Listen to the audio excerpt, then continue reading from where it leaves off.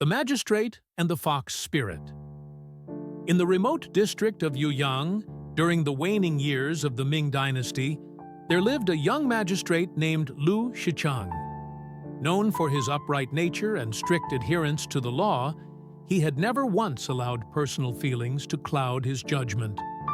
One spring, a case landed on his desk that baffled his entire court. A well-known silk merchant had been found dead in his home, eyes wide open, body twisted, but without a single wound. His wife claimed he had died in his sleep. His servants whispered of strange laughter in the night and shadows that danced across the walls. The villagers had only one explanation. He was seduced and drained by a fox spirit. Lu Shichang dismissed such talk as peasant superstition. But as he began his investigation, something unusual happened. The merchant's widow, Lady Shun, came to court dressed in white silk. Her beauty was striking, elegant and ethereal.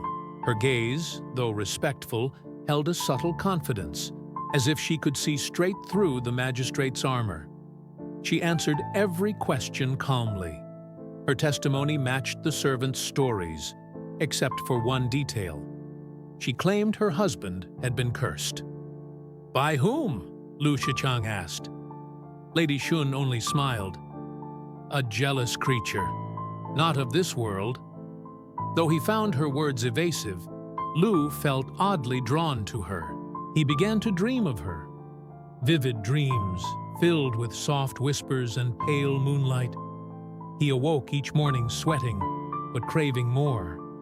Days passed. The case made little progress. Autopsy revealed nothing. Neighbors said the merchant had grown reclusive in his final weeks, often speaking to himself and hanging talismans around the house. Then came a second death. Another man, young, wealthy, unmarried, was found dead in similar condition. His servants said he had begun visiting Lady Shun on business only days before. Lu's heart grew heavy. He knew what it suggested. He summoned Lady Shun again. This time she came veiled. "You are under suspicion," he said. She lowered her veil. Her eyes shimmered. "Do you believe I could do such things, my lord?" "I believe in truth," he replied, "whether or not it wears a beautiful face." She smiled, but said nothing. That night, Lu could not sleep. He saw her in his dreams again, this time calling him by name. The next morning, the Taoist priest from the nearby temple came to court uninvited. "You are chasing wind and fog," he said. "This woman is no ordinary widow." "You mean she is a fox?" Lu said flatly. "I mean she wears a form, but not her own." The priest gave him a talisman. "Place this near her. If her spirit is not human, it will react."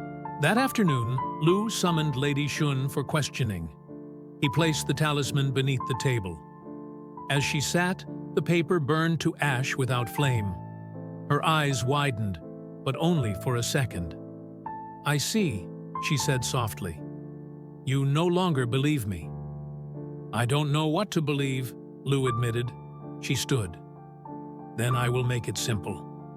She stepped forward and whispered into his ear, "Come to my home tonight. Alone. If I am what they say, you may judge me yourself." Against all reason, he went. Lady Shun welcomed him with wine and soft music.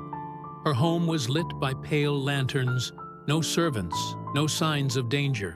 They talked for hours. She spoke of loneliness, of centuries watching men grow old and die. She spoke of love, real and false. "I never lied to you," she said, "but I never told you what I was." "You killed them?" "Number Y loved them. They wanted more than I could give." She leaned in. "And you, Lu Shichang, do you want more?" He hesitated. Then he kissed her. In the morning, he woke up alone. The house was cold, the furniture gone, the lanterns ashes. Lady Jun vanished. Only a small folded letter remained. You were the first to see me as more than a monster, so I left before I became one in your eyes. Junlu returned to court and closed the case. No one questioned it. No one dared. Years later, during a case in a distant province, a man described a widow with eyes like moonlight, who whispered truths no one should know. Lu smiled faintly. Some spirits do not haunt. They leave before they can. Justice and affection rarely walk hand in hand, but sometimes even the coldest judge must warm his heart to learn the truth.